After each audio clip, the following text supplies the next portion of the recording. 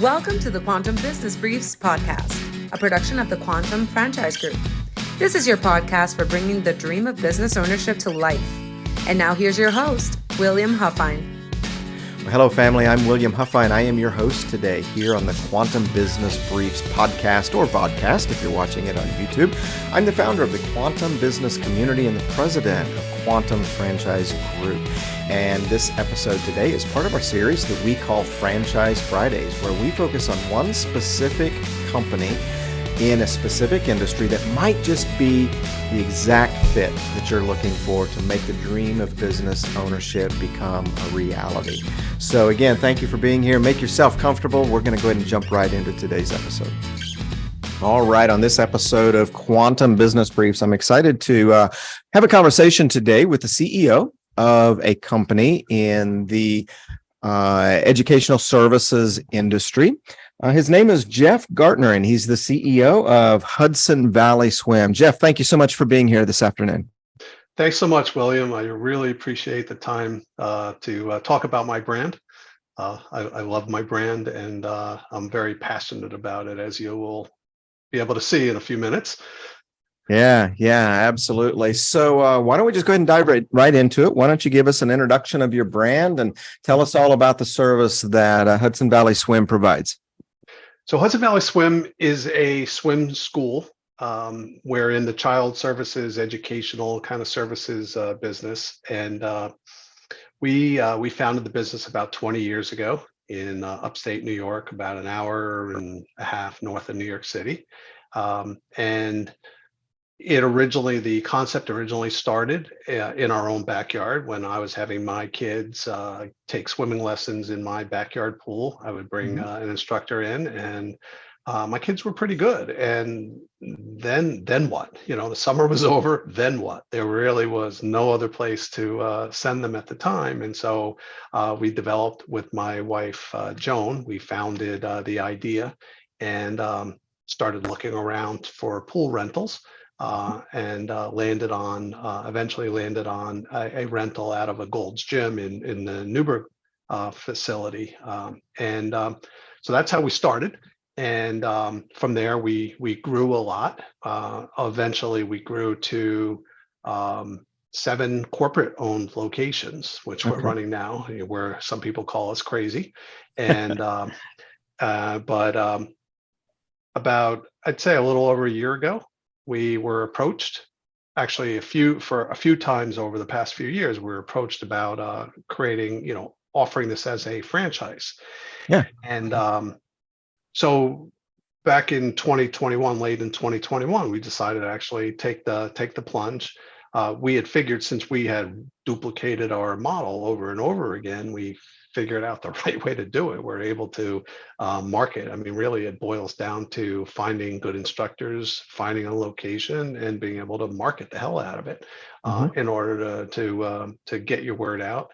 I think it's important. What we do is we are providing an essential service to the community, and in fact, one of the things that we've trademarked along the way was our mantra, which is swim lessons save lives. As simple as that, because that's really at the core of what we do. Yeah, that's great. I was fortunate in that my mother, when she was growing up, her late teen years, she was a swim instructor at the community pool there in the town where she grew up. And so I had swimming lessons very, very early in my life. And I remember I have a very specific memory of us being at the lake, and she's like, "Okay, William, you got to learn how to swim. I'm going to teach you how to swim." And she was teaching me, but she didn't take me out quite far enough. I could still kind of touch the bottom with my hands and my feet. So I totally faked her out. I was going through the motions, but I was touching the bottom of the lake, with every stroke. I wasn't swimming, but it was a vivid memory that's always stuck with me. I think I was probably 4 or 5 years old at the time. Yeah, well, if you take that back a few years, the old style wasn't as kind. It was throw you in, and that's right. If you survive, you're a keeper. That's right. Dad take you out in a boat somewhere and throw you in the lakes. Yeah, we actually get a lot of adults that, well, I won't say learn to swim, but we get a lot of adults that had experienced that level of swim lesson, and have been in fear of water for Mm-hmm. the 50 years following. And so they're now at a point in their life where they're trying to overcome that fear. And Yeah. so we have different techniques for working with especially adults to Mm-hmm. kind of get them proficient in the water. Yeah, that's great. So how many franchise units do you guys have right now? Well, we just launched the franchise last year. And so our very first franchise was sold in our first year at the we sold last year, got them up and running. They started in November. They've since actually purchased a second territory. So that's a second territory in Florida. They're actually exploring a third territory, but let's get their second one up and running first. Sure. We have another one in Connecticut. We are in the midst of a couple of sales, possibly 3 sales. So we should have another one in Florida and another one in Texas pretty soon, and Mhm. possibly Raleigh. Oh, that's fantastic. Do you have a number on what you're projecting for 2023 in terms of new units opening up? I'd say we're probably projecting, I want to say another 10 total, including those that I talked about. Mm-hmm. I think one of the things that with an emerging, first of all, I'm told an emerging, the average number of franchise sales for an emerging is about a half in their first year. So we're ahead of the game. But Nice. the downtime that we've had between the time that we launched and now has been really looking at our processes and Mm-hmm. trying to make sure that we're able to grease the skids, because our goal is to get somebody that purchases to open within 3 months. And in order to do that, you need to find a lot of the services that they need, and we've developed master agreements. So one of the big challenges has been insurance. Not Mm-hmm. everybody wants to insure a swim school, especially not one that has never run before, Sure. right? And so, one of the things that we've done was developed a master agreement with a large insurance company. They put a program in place just for us, Mm-hmm. and so they based it on our 20-year history of no claims. So they figure if you could do it, you can teach somebody else to do it, and they should have a similar risk. So we've done that with workman's comp. We've done that with all the liability and all the other insurance policies that you need to run a program like this. And we're doing that. We're doing that with marketing. We're doing that with we're actually working on a relationship with a payroll company, so they understand the nuances of our business as well. We've worked on master agreements to get, one of the hardest things is finding a pool. So we have a master agreement with a large fitness facility. They own 2 different brands, 2 of the larger brands. We're working on others. We should have another one announced in the next month or 2 as well. And so our goal is to say, hey, here's a territory, here's a pool, Yeah. sign and let's get you going. Right. Yeah. So you shared with us, the reasons why parents, families, children, should all view this as an amazing service that you provide. But let's talk about it from the potential franchisee's perspective. Why is this an amazing company for a potential franchisee to partner with? Well, I think you have to look at sort of who's the prototype business owner, right? I'd say somebody who is very community centric, somebody who wants to do something for their community. There's a lot of good businesses out there, a lot of good franchises out there, but can everybody operate every single one? No, there's certain characteristics that you're looking for. So somebody that is willing to follow the recipe. We're not looking for inventors of new swim school concepts. We're looking for somebody that can operate a swim school. They do not have to run the swim lessons themselves, so they don't need aquatics experience. Yeah. But they do need to really understand our mantra and really believe in it. There's 11 fatal drownings every single day in the US. And there's another 22 every single day that are near fatal, but that doesn't mean they're out of the water. That doesn't mean they're okay. There can be brain damage, there can be respiratory issues, and so forth. So it's really important for them to understand that and buy in, because that will drive their excitement when they're talking to customers. Right? They should be very customer service centric. This is a customer sales. I mean, it's a customer service industry. Give them a good experience in the water, give them a good experience on dry land, over the phone, help them get in. We don't, our program is really a premium brand. And so we want to make sure we're giving them a premium experience in the water and a premium customer service experience. They have to buy into that.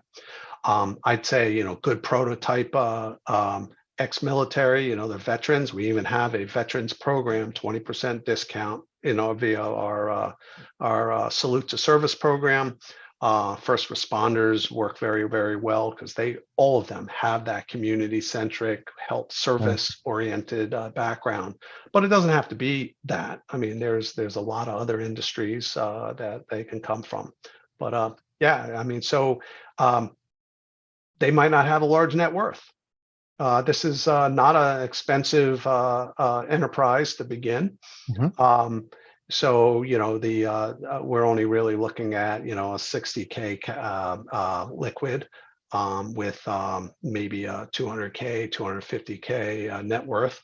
So it's very affordable to people. So, I mean, we check a lot of the boxes. One of the good things is you don't have to build out a facility. You don't need that large capital influx.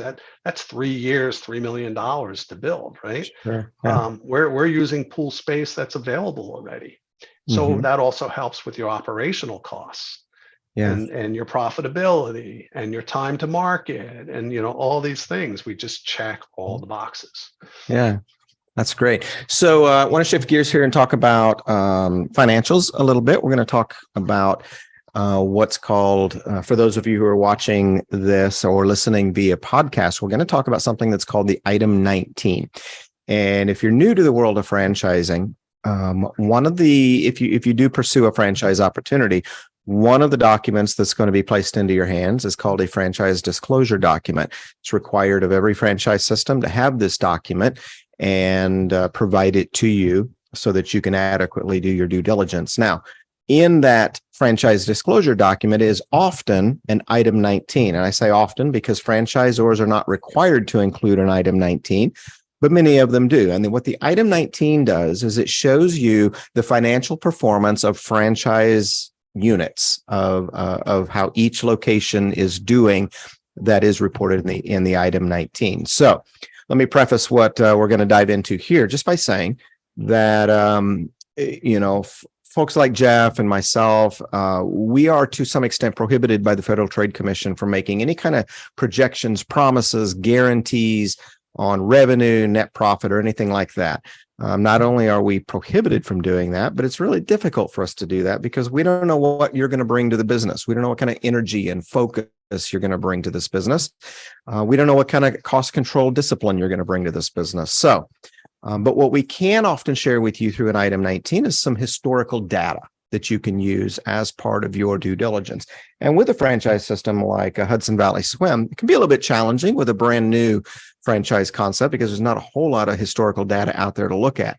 But Jeff, I want to invite you to share whatever you're able to share with about your Item 19 and your FDD.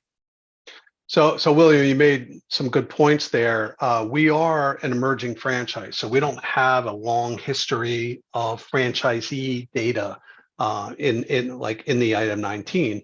What we've done instead was given our corporate numbers. Okay. All right. And then what we did was we imputed any additional expenses that a franchisee would have that our corporate wouldn't have, most notably the franchise fee. There's also a few, like my marketing costs, since I run mature locations, my marketing costs aren't as high as maybe a franchisee. And so where I've mandated you got a certain spend and I have not personally reached that mandate, I added that in as part of this, the imputed.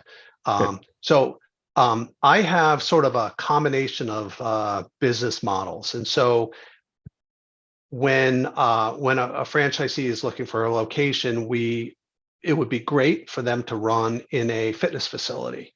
But if there's no fitness facility available, there's other things that they can do. They can run in a hotel. We have a hotel.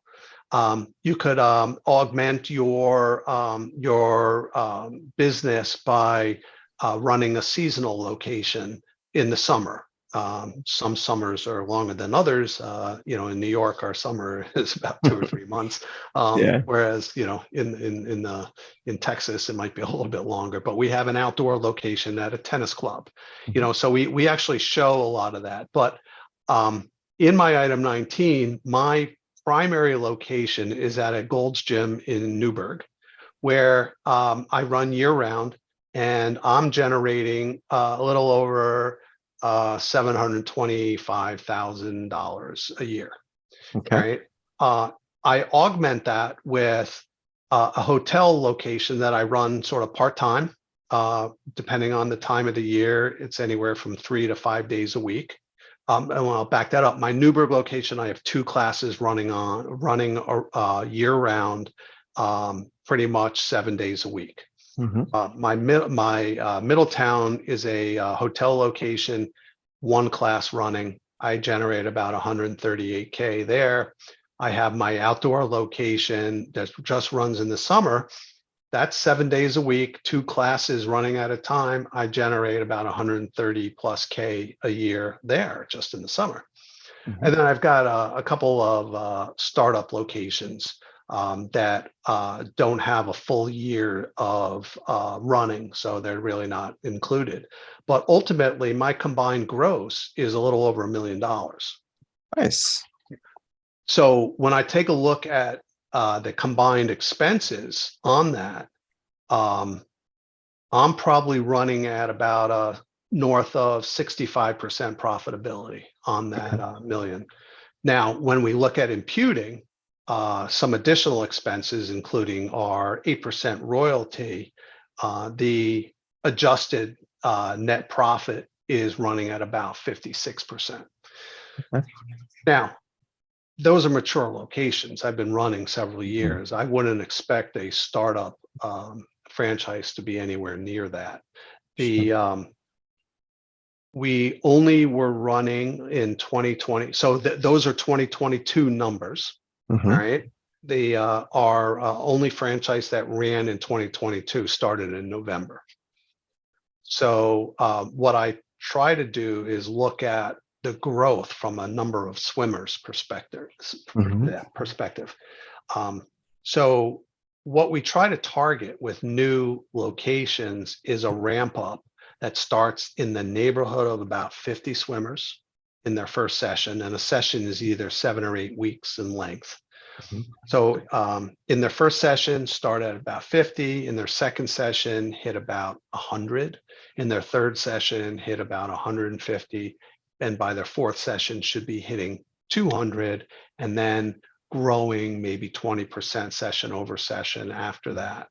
That's the targets that we have. Will they all hit it? No, but a lot of them are. A lot of, like, both our corporate locations and our startup franchise locations are hitting anywhere from 50 to 80 in their first session, and they're starting to grow. Our Lutz, Florida location, which has been running for 4 sessions, they're over 200.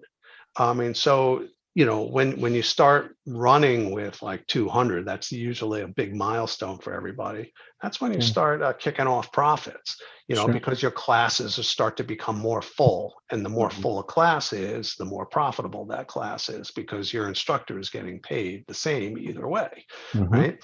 And so those are the kinds of things that we look for. So we should have in our 2023 FDD at least 1 location that's been running full time, year round, with a few that started, I'd say, mid-year, and a few other corporate locations that will have a full year of history as well. Okay. Wonderful. Thank you. Well, there's some good numbers that you've shared from your existing locations. So I appreciate that. I appreciate you sharing that with us. So one thing that my candidates often ask about is passive opportunities. Is this strictly owner operator? franchise, or can there be some semi-passive ownership, even full passive ownership? I would say, well, the best model for any, it's the best model. I mean, it's you're hands-on, you understand it, you see what's going on and you're more willing to tweak it. When you have other people working for you, they're not going to pay as much attention to detail as others. It's just a fact. All right. What we prefer is owner operator, at least for the first year, or for at least for 6 months, until you've gotten your feet wet.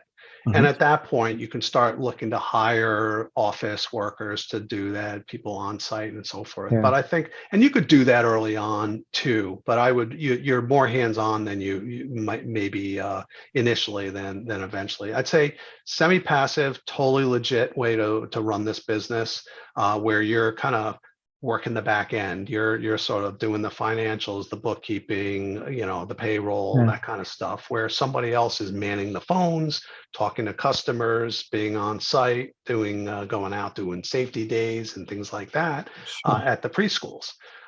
Full passive, it might work. We don't have enough history to say whether that'll be successful or not. But I think I would lean towards the one maybe morphing into the semi-passive. Yeah, no, it makes perfect sense. So walk us through a little bit of the day in the life of a Hudson Valley Swim owner.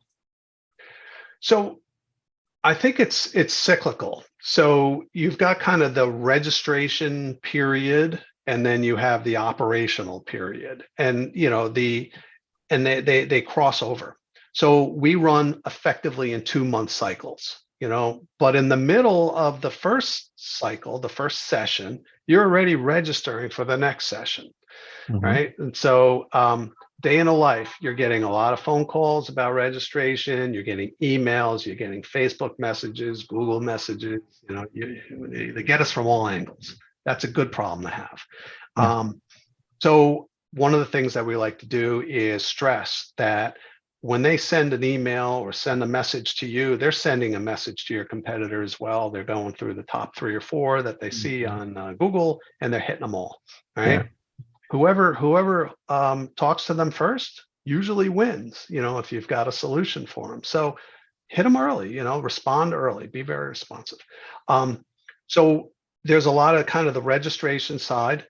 Then there's sort of the prep for the next session. So it's making sure your instructors are available. What is their availability, and building a schedule around that. You might be doing recruiting as well, but you're setting the schedule for the next session, because mid-session you want to start registering for the next one. All right, and so now you also have a good cash flow cycle coming through as well. But it's a lot of communicating with instructors, communicating with the facility, communicating with the customers. There's some marketing aspects that you're going to do. So we do have a marketing consultant that everybody works with, has all the brand and knowledge, and we'll do all the postings and things like that. But you also have to feed them content. And so taking little videos or getting videos from your customers, sending them on to the marketing team, who will then build collages, build ads, and so forth. That's very important. But I'd say on-site activity is more prevalent at the beginning of a session than when you're during the session, because you want to make sure you're shaking hands, you're talking to people that you've met over the phone. You want to make sure that your program is running smoothly. You might have some people that are wallflowers. They come in, they're waiting to be called. It's nice to have somebody come up to them and say, "Hey, how can I help you? Oh, I'm here for this class. Let me introduce you to the instructor." And so being more hands-on for the first couple of weeks on site, but after that, you can be more off-site, handling the phone calls and whatever. But also there's early on, you might be on site more to do some of the on-site marketing, because if you're at a fitness facility, you've got a built-in customer base. A lot of adults are there, and guess what? They have kids, and they also need to learn to swim. So, having a chance to talk to people, that's going to help seed your program early on if you're at a fitness facility.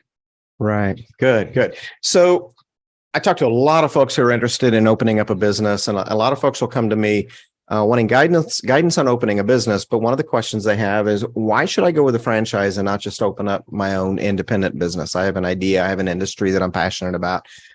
And that's where I need to explain to them that whenever you open up a franchise, you're basically getting a business in a box. And that box is full of all kinds of goodies that you don't have to go out and try to find yourself and piece together. And if you do go the independent route, you're more than likely going to spend much more time and much more money piecing everything together that you need to piece together versus just getting the business in the box with a franchise system. So why don't we wrap up the conversation today just by talking about what all is in the Hudson Valley Swim box? What is a franchisee getting when they pay that franchise fee and sign their agreement to open a franchise with you? Yeah, I mean, that's anything that you read about franchise versus startup echoes exactly what you said. Your probability of success in a franchise is much higher than with a startup. Or I should say, start your own. We made a lot of mistakes along the way. We learned a lot. And so you're getting that benefit of the knowledge of what works and what doesn't work, and you get that in the box also. Where do I go for insurance? Where do I go for all these things? What equipment do I need? What works for marketing? What doesn't work for marketing? Mm-hmm. How do I position? Learning how to position against your competitors is important. Now, you might not know your competitors early on, but as you are operating and you're talking to customers who have been through that, you're going to learn some of their nuances, what they do well, what they don't do well. Mm-hmm. But we do have a general recipe that, if you follow it, should be successful. And we're actually committed as a business, especially since we're kind of new in the franchise world. We've only been alive for a year and a half. We're committed to help everybody be successful. And so that boils down to making sure that you're a good fit, all right? Make sure that at least you have sufficient funding to be fit, and all the training that you get and the ongoing support that you're going to get to make sure that you're running a successful business.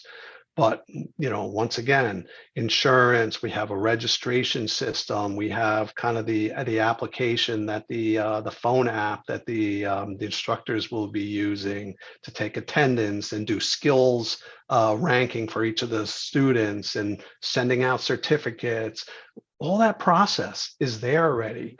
We spend a lot of time on the operations manual. I can probably spend more time on the operations manual. That thing just breathes, and every day I think of another thing. I get another question and so forth. Yeah. And I just write a whole nother section. But it's, we're committed to support our franchisees all on the way. We do training up front. We don't expect you to be a master up front. You've done your training, you're done, hands off. No, not at all. We're there. We've got a large team of people that have been operating our swim schools in the different locations that are all there to help. And when it comes down to, okay, we're not seeing the growth that we need, here's a set of ideas that have worked. So it's got kind of that history that's behind it. Here is how we've done it, how we've accommodated different situations. We're very, very, I'd say, well, we're clearly Amazon proof. You're not going to do this over the mail. Right. And we've gone through the ups and downs in recessions and have really seen no impact from a recession. The only time that we were impacted was when New York State basically shut down all facilities, and a lot of the states did similar things. Hopefully we don't get to that point. I think most of the states have learned their lessons. But that is one area in the FDD. You'll see, the impact of closing down the indoor facilities that impacted everybody. Yeah, absolutely. All right. Well, Jeff, it has been great learning all about Hudson Valley Swim. I really appreciate your time. I know our viewers and our listeners are going to enjoy learning about this, and hopefully we'll be able to make some introductions for you and get a few of those units opened up. As we wrap up, any final thoughts or comments you want to share? Yeah, all I would say was it's probably not high on everybody's list. People are like, yeah, I want to do a tutoring business or, doggy daycare kind of thing, or a restaurant. Those are the common things. You as brokers have the tools to help new prospects identify some of the areas that they be interested in. Swim schools aren't typically, because everybody think, well, I don't know how to teach. You don't have to teach. You have to be a business person who cares, and that's about it. And so give it a look. Come have a talk with us. You'll see kind of the opportunity. And more often than not, you're going to want to take another step, because it's a really cool business to be in, something that you could be really proud of doing for your community. And it's a low operational cost, low cost barrier of entry kind of a business. It's definitely worth talking to.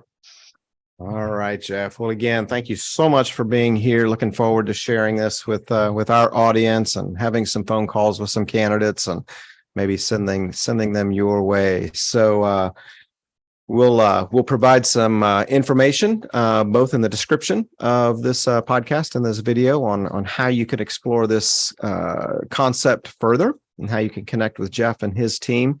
But Jeff, appreciate you, buddy. Have a great day. Thank you so much, William, and Quantum as well. All right. You're welcome. It's my pleasure. Thanks. Bye-bye. Well, I hope you enjoyed today's episode of Quantum Business Briefs. I want to wrap up just by telling you a little bit about our sponsor, Quantum Franchise Group. We are a full-service franchise brokerage, and much the same way that a real estate brokerage helps an aspiring homeowner to find the perfect home, we help aspiring business owners or even experienced business owners to find the perfect franchise opportunity. We take an integrity-first approach. We are not in the sales business. We are in the relationship business, and we're committed to putting your needs first and helping you find the opportunity that is the absolute best fit for you. So if you'd like to connect, we'd love to work with you. Everything that we do at no cost to you. You can learn more about us at quantumfranchisegroup.com, or you can simply text the word freedom to 815-885-5475, and that'll begin an initial conversation. Thanks again for being here today. I hope you have an amazing today, an amazing tomorrow, and an even better day after that. We'll talk to you soon. Thank you for joining us on this episode of the Quantum Business Briefs podcast.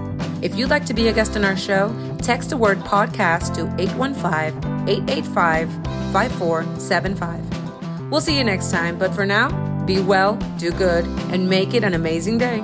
Bye.